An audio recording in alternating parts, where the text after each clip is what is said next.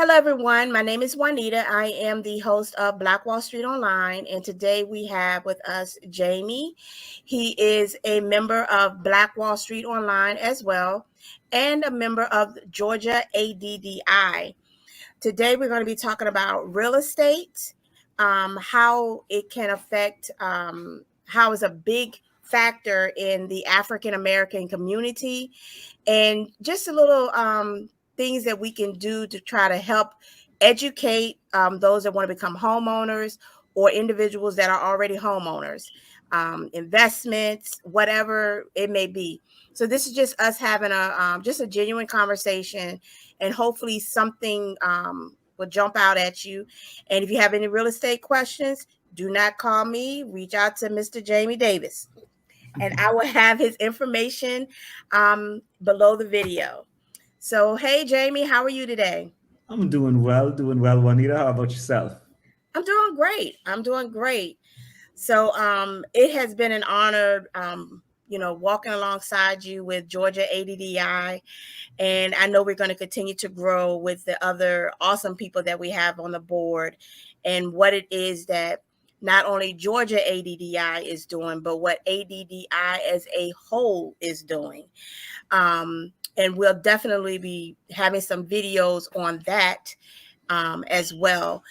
But today we were in a conversation about real estate, home ownership, and things of that nature within the African community, African American communities.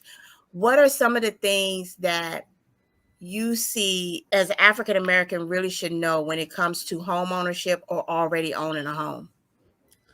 I guess the first thing I always want to start off letting people know is, and I was guilty of this for years too. It's like every time I look back at like my own experience, if there was like anything that I wish I had done earlier, it definitely would have been just getting more information, kind of just, I guess, dispelling anything that would have been like, I guess what we call them is like a home ownership myth. Perfect example is going to be the down payment. Everyone's always like, "Oh, you need to save a lot of money. You need to save a ton of money in order to Mm-hmm. make a like 20% down payment on the home. How am I supposed to do that? Considering home prices have Mm-hmm. been like rising since, I guess, like even if we look at the generation like before us, like that 20% may have been, it was probably still a heavy lift, but it wasn't. I guess now it's very much more of a struggle to do it. But there are so many different loan options and programs depending on like the area you want to be in. Some may say, okay, you have to be in a specific county. Some may be, okay, a specific city. But there are like down payment programs. You can get down payment assistance. But more importantly, there are like FHA loans and other tools, that you can kind of contact a lender and really look at their portfolios Mm-hmm. and see what helps. Like I know there's like I'm working with a client right now. They're putting about 2% down, 3% down of a down payment on their home. Okay. And that's something that a ton of people don't know. So before even like starting the process, they look at that as, okay, what's the first thing I need to do? I need to have money. I need to have a large sum of money. And it's not necessarily like a small sum of money, but it's a huge difference between 3 and 20. Exactly, exactly. And three is more reachable than 20, especially nowadays. Exactly. Um, and and I've heard the same thing myself. You got to have 20% to now. Will it eliminate the PMI though? Let me ask you that. Yes. So PMI, it does go away after 20%. And that's just I guess I'm someone who kind of like, I know once we kind of get going, I can throw as much letters out there and it becomes like alphabet soup, as I call it. Oh, But well, yeah. PMI is private mortgage insurance. So that's going to be, I guess it's kind of what it sounds like. It's, like insurance on the mortgage. So it's a bit more of a premium that you pay until you hit that 20% threshold. Mm-hmm. And you're able to kind of move forward. And there are even like little loopholes around that it's, I guess, a bit more technical, like considering if you were still paying it and your home value jumped a ton, you may have some equity built up, and that could get you over like the 20% faster, which is one of the things that we've seen a lot recently. Mm-hmm. Just anytime someone may have only had the property for about 2 years, considering like the way home prices were rising, they were able to get that 20% threshold much faster. So let me ask you this question: as a homeowner, if your equity did go up 20% during everything. So would you suggest to people that they should try to now like redo their mortgage? I mean, especially with the time that we're in now, what would you suggest? And of course, guys, whatever we share, you still do your research. Jamie is he's been in real estate for a minute, so but don't take it, don't say Jamie said. Yeah. And I appreciate you so much for that disclaimer because as agents we always say, okay, we're going to stay in our lane and we direct you to a lender. So and that's actually the next best step anyway. Like the first thing I would suggest anyone do is actually contact their lender. And they can at least get a conversation started, because I know in some instances they like it wouldn't require a it wouldn't require your home to be reappraised or anything. They may just be able to kind of take a look at it and do some things internally, but that all depends on the lender and who is kind of handling your mortgage at this time. So that's going to be like the first point of contact to kind of get things rolling, to even look into that process. So yeah, so guys, contact the lender. So, and I don't think we have a lender just yet, but when we do, we will, you can reach out to the lender that's within our network. But if not, I mean, of course, we just have to use what we can until we can get there. But I don't know. I have a few that I may, like definitely want to get you in connection with, so we can put them in, like they're already in my network, but I want to get them in our network, Yes, so yes. Definitely looking forward to connecting you with a few of them. Oh, awesome. That'll be great. Cause I'm gonna tell you, once a lot of people they're looking for people that's going to be honest, that's truly trying to help them. And I noticed that when I started Black Wall Street Online, home ownership was one of the things, because if it wasn't for my husband previously already owning a home, I would have been a single mom, really not knowing what to do. And for some people, it can become very overwhelming. But even in our process of purchasing our home, we knew a realtor and she knew me and my husband. I mean, we really didn't have to go through much. We did get, what is it? What is it when you go get a loan pre-qualified? Yep. Because I'm gonna tell you, my husband would tell you, and he better not come off mute when I say this. But for me, I had to have a budget. So, because I'll be like, oh, Sean, let's go here. Oh, Sean, let's go to, and he'd be like, Nita, that's almost a $500,000 home. We not doing that. So no, but so we went on and got pre-qualified first. So my feelings wouldn't be hurt. I think for us, just owning a home and having someone that was a realtor that was very knowledgeable. And then she also had, people that that was, what is it? In the banking, I can't think of the terminology. Like different like lenders or yes, or like lenders. mortgage broker. Okay. Yes, I'm gonna become a pro. I'm telling you.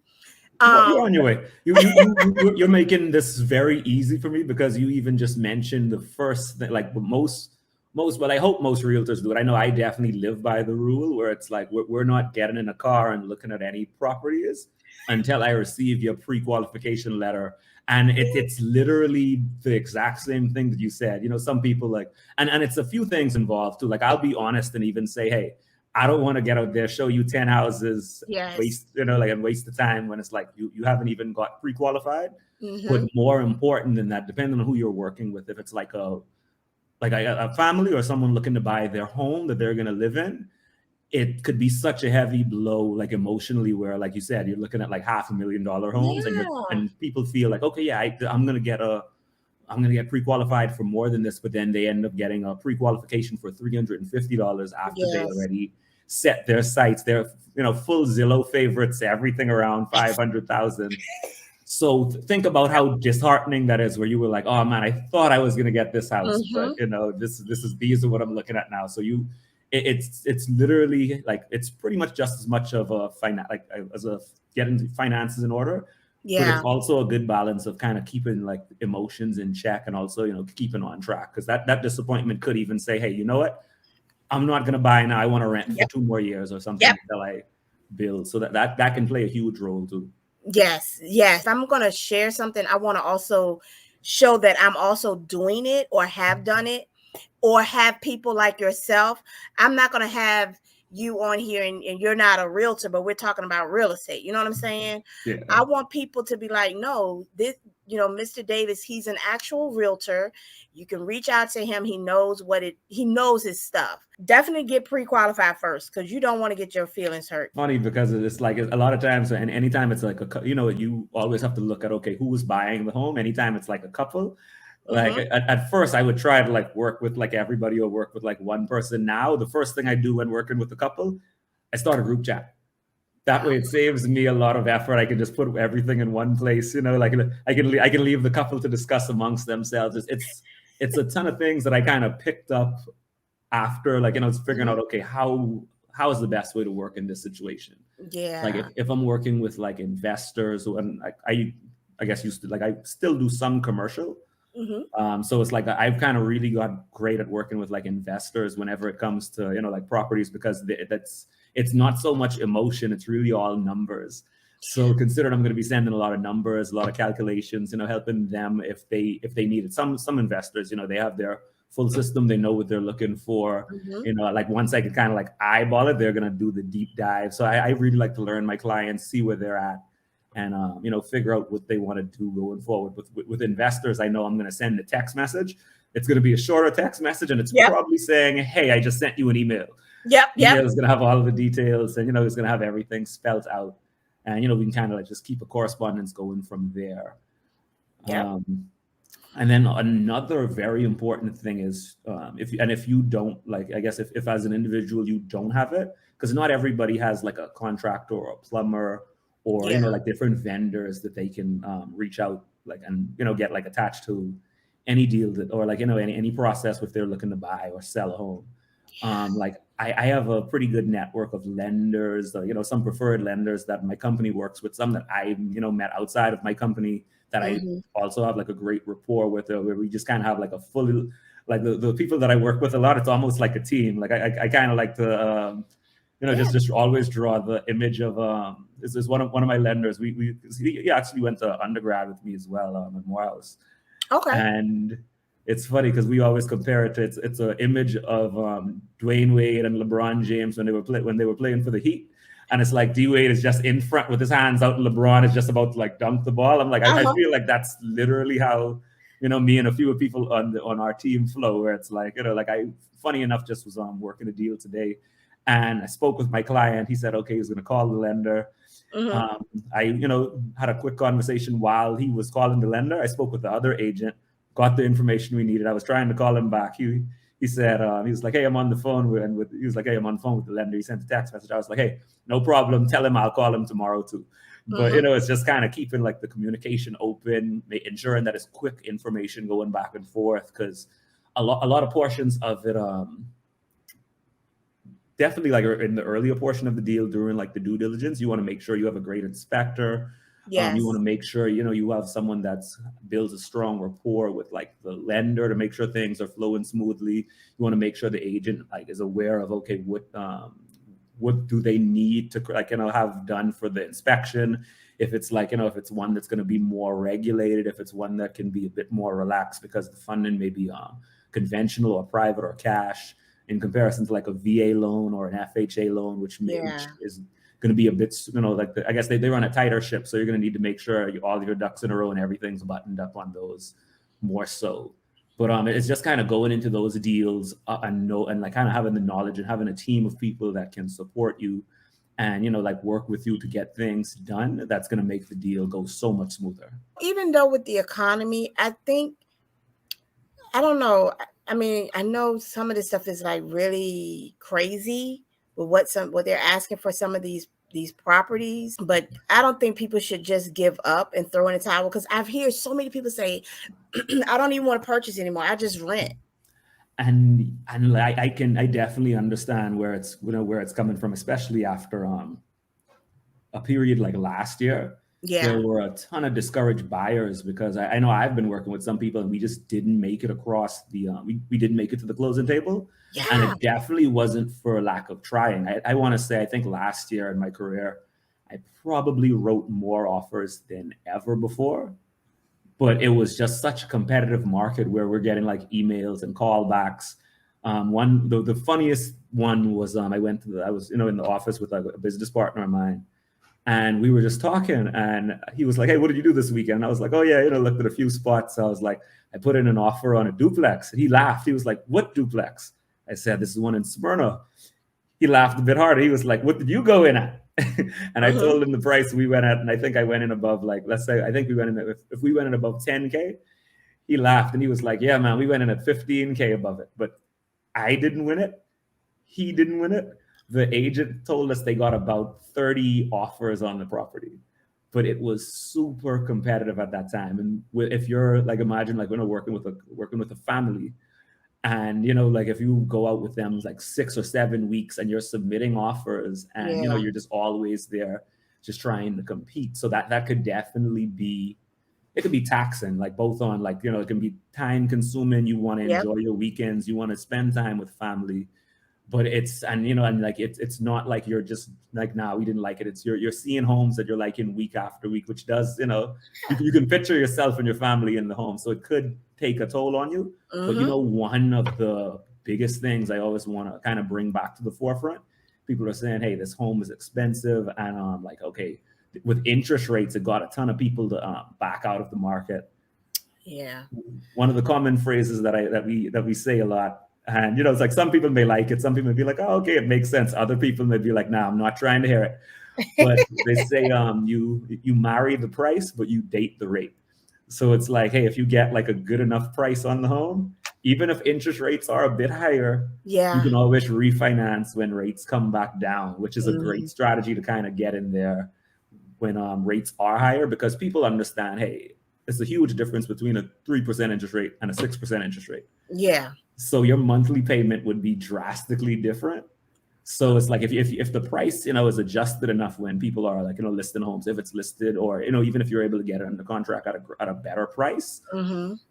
when things calm down some, you're going to be able to refinance and bring that rate down, because just like everything else, real estate is cyclical. Interest rates and everything, it's like you're going to have highs and lows. It's just like Yeah. the stock market, so when people talk about saying, "Oh, well," like, anytime it's like, "Oh, I don't want to pay for this home in this neighborhood because I know someone that lives there 2 years ago, they bought a home for this much, so I don't know if it's worth that." Yeah. And the best example, I feel like people respect and understand the stock market. I don't Mm-hmm. think they hold the same esteem for, housing prices in the real estate market. Mm-hmm. And I get that the major difference is because it's like, okay, it's something you can touch, it's something you can feel, and that house itself may not have changed, Mm-hmm. whereas the company could change, but it's still like, it's still the same asset class in some ways, because it's kind of like saying, "Hey, well, like, I bought Apple stock 20 years ago. Look at True. what it was 20 years ago in comparison to what it is today." Now, It's just like that with a home. man, yeah. You're right. You're right, because I'm like, I know even myself where we are, if we had came in last year to purchase, we'd have been like, what? Yeah. Oh no, we're not doing that. We're Yeah, not doing that. last year was a fun one. It was definitely a fun one. And I feel like both people who were working in the real estate industry, as well as people that were in the market for Yeah. anything in the real estate industry, everybody kind of felt those pains with rates increasing some. The I guess another way to look at it is going to be, you don't have as much people going over homes by like 15K, 20K. Yeah. So it's like we're looking at a better reflection of where home prices should be, because where it was last year, like, I guess you knew it wasn't sustainable to Mm-hmm. kind of keep on going. Like, eventually, it will, like, come back down. It's all cyclical. And if you look at like a graph of average home prices in real estate over time, you will always see it does the exact same thing. So you'll Yep. have like some booms, some busts, some highs, some lows. Yep. Yeah, we do. And But I you know, think they say, like, go ahead. oh, and I think they said, like, if you like, like, I'm I'm kind of like an economics nerd, so I Okay. pay attention to like a lot of these things where it's like they say statistically, um, if we had like a long period of like increases and it was like and like if we had like a sharp drop like we Yeah. did in '09 per se, we're Okay. gonna have like a long period of slowly kind of like like home prices increasing again. Going back And if up. you look from like '09 to 2020, that's what we had. And then it's always going to be kind of like anytime you think that, you can lean on like an economic model and say, oh yeah, it's right, then boom, something interesting happens that never happened before, and it affects the market so differently. And that thing being COVID. And Yep. if you look at it from like a social science aspect with COVID, everyone's working from home. People were spending a ton more time. Interest rates were still pretty low. Everyone's trying to stimulate the economy, like the government is trying to stimulate the economy, quote unquote. Mm-hmm. Um, so interest rates are going to be low, and it's like, hey, I was fine when the kids were in school. My wife and I were, in the office. We were fine with this home. But now we need at least two more rooms and an extra and like and like a bigger family area because Mm-hmm. we're all here all day. Yep. So that was one of the reasons why we got like, as agents, we got super busy at the beginning of the pandemic. Wow. Well, I wanna come back on the those increase the 10,000 more and the 15,000 more. I want to come back to that one though. We gonna say that for the private community. It sounds good. I'm here for it. But the other thing, for those that do understand real estate, investment properties and things like that. And I know you mentioned a few minutes ago about an investment property. Um, Now, and correct me if I'm wrong, but I've actually heard like one person saying the first step to possible generational wealth is purchase a home. He went out and purchased a duplex. And what he did was he made sure that the duplex that he was renting out was up to standard during that time. And then he lived at the top or below, however he did it, or on the side, or however. But he said he made sure that that rent covered his mortgage, and then so forth and so forth. And then as he built on it, then he was able to move out of his duplex if it was just two and things like that. Is that something else that you would also suggest that people that want to get into investing they should do? Yeah, most definitely. That's like, and I think it's definitely become popularized because it's like looking at like duplexes and like everything in the market now. People I think have become aware, and they're now like those are still at a premium at this time. I guess one step that I kind of do, and this is definitely like a lifestyle choice as well. One thing that I do also encourage is like house hacking. Is definitely easier like when you're like, I guess while you're younger. Like Mm-hmm. if I had a time machine and I was back in college right now, I Yes. know, it's always a time machine, right?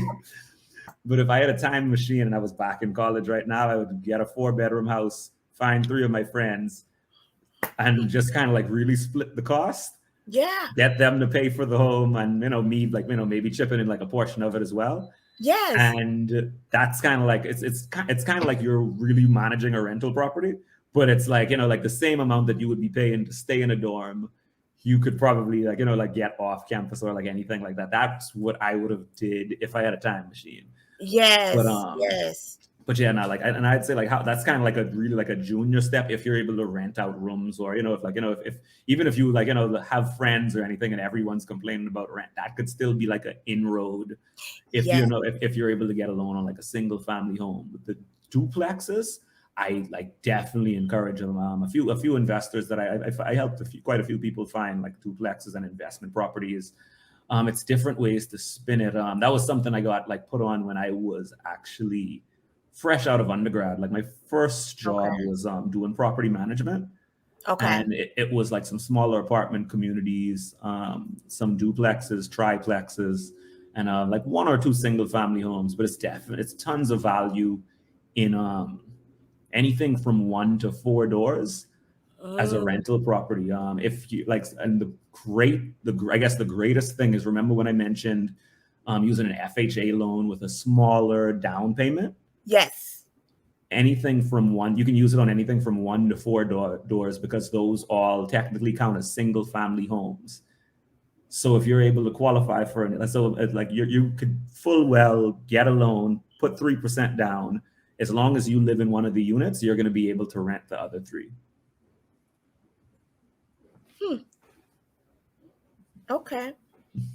On the another thing that I always say is, like, if like depending on what's stopping them from purchasing, like, it's always like certain phrases where it's like, I guess for me, I say it like all the time, so it feels Mhm. like, okay, it's just kind of corny, no one wants to hear it, but like it does kind of bring a certain perspective to it. Yeah. And that's, people say, okay, I don't want to get a loan now because interest rates are 5%. But if you look at rent, it's like, if you're renting, your interest rate could be 100%. It doesn't matter, because nothing goes towards like principle of you getting Exactly. equity and owning the home. So if home ownership is 5%, rental is 100% interest. Hmm. So which one is better? Exactly. Get the one that, like, lets you get some equity and invest in yourself. Hmm. You even mentioned, like, building, I guess, just kind of like building generational, even personal wealth, even. Yeah. Home ownership is a great tool for anybody, because it's something that you're going to have to pay for anyway. Like, no matter what, it's one of those costs that's, a part. It's literally a part of the cost of living. Food, Hmm. clothing, and shelter. Yeah. And even with that, real estate is always going to be a good thing. Mm.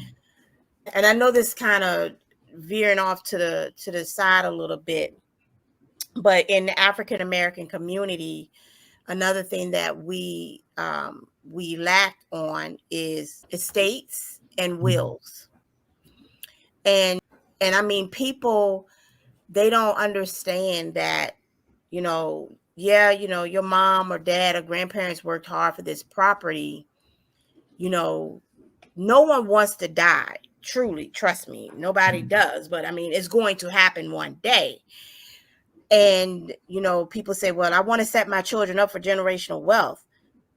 Okay, but do you have a will? Mm. Do you have What do you have to help your children to still be able to have a roof over their head or continue that income? Yeah. Because a lot of people in the African American community don't have that. Yeah, and it's like one of those things where I've definitely seen, properties like in a state be like tied up, especially if the family. It can take a while if everybody is in agreement. Hmm. Things can definitely be sped up and like quickly processed with a will. But I've been a part of a few deals where, or like, well, not a lot, but maybe only one or two, Hmm. where like they're gonna have to wait for everything with the estate to be settled, before we're able to close, and it's always like a nightmare. So it's definitely one of those things where like, I feel like you bringing it up, it's like, yeah, that's something that I guess and it's probably not even just me, it's just in the community in general, we don't Yeah, talk about enough. we don't. And it's one of those things where I know, like, fortunately, like, I've been in situations where, like, it's discussed often, as far as it just being like updated, and it kind of helps with like so much clarity. And even like, being in a situation where I have that insight as to, okay, this is going to happen, this is going to happen, this person gets this, it Mhm. kind of even, like, I know I'm more inclined to assist with like things, like, I would have been wanting to do it anyway, but it's kind of like, okay, it lines up with my goals, because like, a lot of it is real estate, and I'm clearly interested in real estate, if this is my profession. Yes. So like, even if it doesn't directly relate to me, or if it's something that I may not benefit to, I'm kind of the one in the family where it's like, hey guys, let's think about this. Did anybody else think about this? Could we do this? Who wants to do this? So that I'm constantly bringing up ideas. Yeah. And if you think about, like, with like the older generation, they're not necessarily trying to invest or do anything, but if like, we kind of have that push, and we're given some energy, they may be more inclined to say, hey, you know what, yeah, let's do something with that. Hmm. So I think it kind of helps, like, give like perfect balance there too. Yeah. Yeah. and Most um and definitely. and, and then it's like a few other avenues to look at different things, like, even like as far as like ownership. I'm still like, constantly learning like a ton of different, methods and different ways to go about it. One thing that I was just looking into was the benefits of putting properties in a trust. And and that's one of those things where it kind of it's really would help to, I guess, kind of like protect the home, because if you put it in a trust, it's kind of like owning a property, and or even when people own properties and on like business names, Mm-hmm. it's one of those things where, okay, it's like a separate entity, so it's like, okay, you can't, like, if someone was to like sue me or anything, it's like, okay, you wouldn't be able to get any like other assets, which is another thing that I feel like we don't do. Everyone, like, owns everything in their name. Yeah. But it's kind of like, like I look at those that's like setting properties up in like, like as a separate corporate entity. That's Mm-hmm. always just like a very strong tool to use as well. And it's so much little, I guess, like little nuggets that I've been Yep. like picking up, where it's like I don't like, it's hard to say you're an expert in real estate. I feel, just because it's so much stuff to learn. Where it's like it's a few things that I like know some knowledge about, but I don't like. I know we're recording and the video is going to go up, so I don't want someone to just email me later like, "Hey, Jamie, you were wrong about this, right?" I just have to be like, "Hey, Yeah. my Yeah. bad, my bad." Yeah. but I didn't mean to say it. Yeah. Mm-hmm. like what I meant was, Exactly. but no, it's a few different tools. Like I've been researching, like, like setting things up in trust. I learned a few different ways, and it's like the strength of like how you buy the home and your contract and your paperwork behind everything could be so powerful. So even from my end, it's like I love it when people ask me questions, because it gets me going and it gets me in full research mode. I know, like, I may not know this answer, but someone in my network is going to know the answer. So Exactly. you know, Exactly. It's so much information out there with when it comes to real estate. I had did a like a some numbers. I pulled up some numbers, and it was saying like so many, and I think even Nikki has shared it with us. It's like less than 50% of African Americans own their own home. And it's mind blowing, but I think too it comes from the lack of knowledge. Um, you and know, like even when you mention like home ownerships, and like, a lot of times you think like, why would home ownership drop in the community? And one thing that I would be remiss if I didn't talk about was just like gentrification. yes, And a lot of people say, oh, gentrification is bad, and it does have some negative aspects to it, but yes, it could also be like such a big springboard into wealth as well.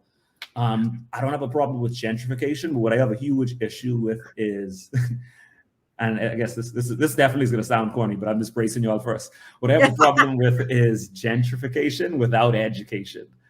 And I say mm, that because, like, a lot of times people, like, I look at the Beltline and what it was supposed to be, like, like the Green Space Project to encourage a mhm, lot more like mixed income communities around the city of Atlanta, while yeah, also connecting them with like different businesses, mhm, more green space, and different things in that aspect. So it really started off as like, okay, this is going to be a great project for the city. And in some ways, it has been a great project, but at the same time, so many developers saw what was going on, and they, got their hands on like a ton of adjacent property, and then now everyone's being outpriced. oh my, Um, yes, so and it's one of those things where I was like involved with the Beltline partnership, just like, on a volunteer basis, and this was like in 2008, 2009 maybe. mhm, And like we would like go door to door canvassing, like knocking on doors, dropping off paperwork, happy to answer like any questions, just making sure that people were aware that, hey, this is happening. yeah, And you knew, like, some people who were kind of like savvy were like, okay, and they realized what it would do, and like, I'm gonna hold on this property, it's gonna bring value up. Other people were like, okay, so now my home is like, the people are gonna want to buy my home, so they would sell it quickly. But it's really like the move would have been, okay, like, wait a little while longer, wait until home values peak a little bit longer, mhm, and then you're going to be able to cash out much better, especially if it's yeah, like family or like generational property. yeah, Whereas, like, it was that's grandma's house, like on, like, that's in the West End, for example, and she was, and like, and we have it now. It's been paid off for years. Like the only thing you have to keep up with is taxes. So it's like when people Yes. get that offer, even if it's just like, like a wholesaler, a cold caller, when people get that offer, they're like, oh man, okay, this is amazing, but they don't like they sell it and they don't know where the value of it would be going in just like a short time in the future. So it's just kind of being like educated on what's going on in the market and just truly understanding real estate as an asset class. That's the way I kind of like to look at it. People may get offended by what I might say, but I'm gonna just keep it real. See how old they are. See if they got one foot in the grave and another one on the banana peel. Let me talk to them, see if I can get it for $20,000 when they know it's $500,000, that kind of thing. It's like one of the things that I like hate to see the most. Like those stories tend to be like so heartbreaking because it's like, okay, you're gonna shortchange this person, and like, and it's like you're taking advantage of someone that like truly doesn't know better. Yes. And the amount of like institutional money that a lot of these people have, because like even if you look at like I think another big thing that plays a role in like especially like in African American communities is the fact that a lot of people rent a lot. Yeah.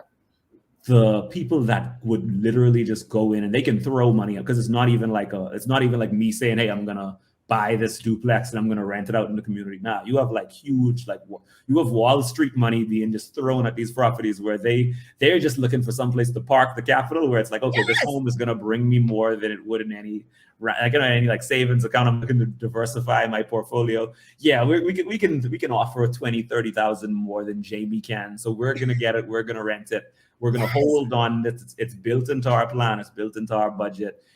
And the thing that I think hurts it the most too is it's not gonna be re-released into the market for sale. So now that's something that's gonna be tied up as a rental property for the next 30, 60 years. Like who knows? You know what I mean? Yep. If they teach their kids right and their kids right, it's gonna keep on going. It's gonna keep on going until we looking like the Jetsons. It's something. But what other things can I think of as a person that's thinking about home ownership? I also would say financial literacy. Yeah. Definitely understanding that. And so many of us will go into purchasing a home with debt, so definitely trying to understand financial literacy as well. So I think that's another big thing. Yeah, and that's actually like if getting like the pre-approval letter is step one, I'd say that's step zero. You know what I mean? Like before you even like get started on this lane, it's like, like that's what you want to do first. Make sure that, you have everything in order. And the internet, it could definitely be like a valuable tool as far as, getting information for everything. Like I know, like even for me in my role, it's made my job so much easier. In some ways, let me say it like that. And I say that because it's like everybody knows Zillow, everybody uses Zillow. So, like it's like, all right, well, we're like all of our homes that we upload in our, multiple listings in our like listing services, it populates to Zillow like about like 9 times out of 10 anyway.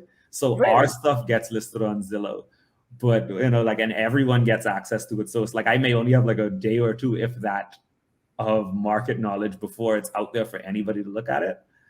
But one thing that I guess that is like, like you have like people who it's like, oh, okay, no, my home should be worth this because of my Zestimate. And I'm like, okay, but I'm like, that's just an algorithm that spits out a number. It's like it's a lot of AI. They're just doing strictly stats. They didn't look at this or this.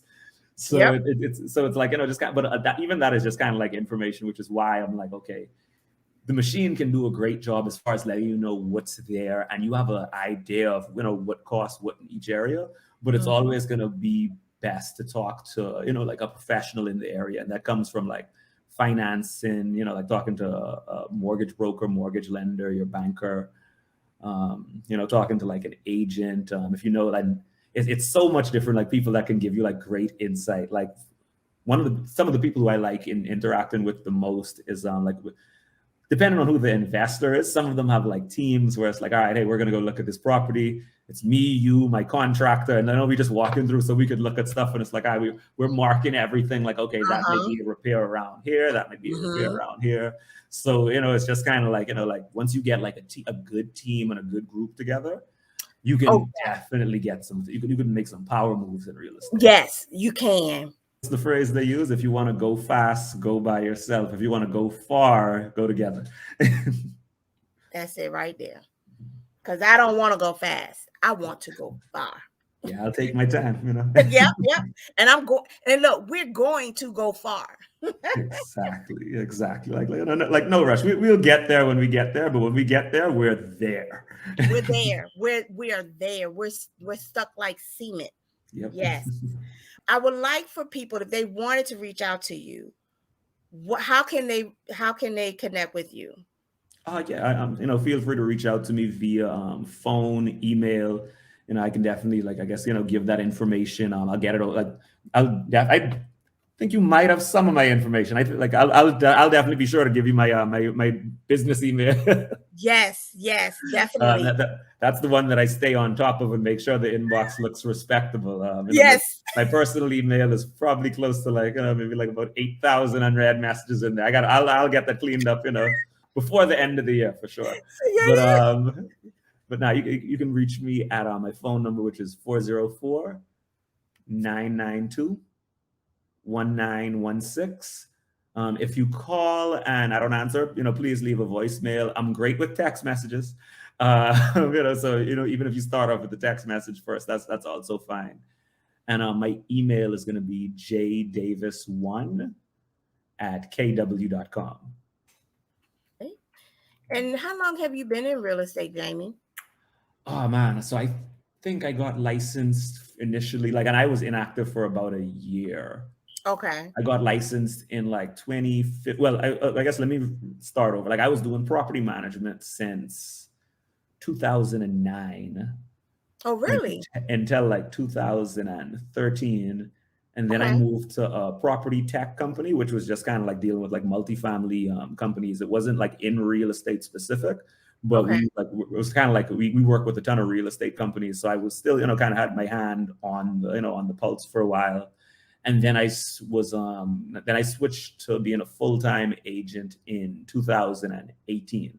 So it was I got licensed in 2015, and I was just kind of I was doing it part-time. I would and my license was inactive for a bit there too, but it Okay. slowly started off where it's all right, hey, you know what, I'll do this weekends or I'll do this on evenings. And then once things kind of got up and running and I was able to jump in there, that's when I made the jump to being a full-time agent. So now, did you always love real estate growing up, or this is something that you just? I did, but I kind of didn't realize it. I was it was one of those things where I remember, going with my mom, where it's I was what are we doing? It's oh, okay, yeah, we're going to go pick up rent, right? And it was just me going out, all right, hey, what are we doing? It was it was not a chore, but it was an errand. Oh, okay, where are we going? We're going to go to the grocery store. We're going to do this, you know what I mean? So it was just something that I was always around, and I didn't at the time I didn't realize that, okay, yeah, this is what we're doing. It was just another chore that got done some weekends. See? But then I actually got I mentioned earlier, I was an economics nerd, where it's I would just be watching, and it was my favorite subject in high school. I wasn't sure what I wanted to do when I graduated high school, so I stuck with. I was oh, you know what? I'm just going to study economics. Yeah, I'm going to get a degree in economics. It's great. It's flexible. It could apply to so many things. And in undergrad, I took a course, and it was urban economics. Okay. And from there, I got an opportunity for an internship where we did a lot of work with the neighborhood planning units and the different neighborhood associations, which kind of got me that was me on the boots on the ground in real estate. And from there, I'm okay, yeah, this is what I want to do. I knew it was I didn't plan it. I didn't think I would end up there, but it just so happened that I just kind of got on this path, and I was oh wow, okay, I really like this. See, so guys, I have Jamie's email in the bottom. So jdavis1@kw.com, and his cell number is 404-992-1916. So definitely reach out to Jamie if you like more information and to purchase your first home or invest in a real estate property. But we're now going to turn it over to those in our private network and have some real discussions.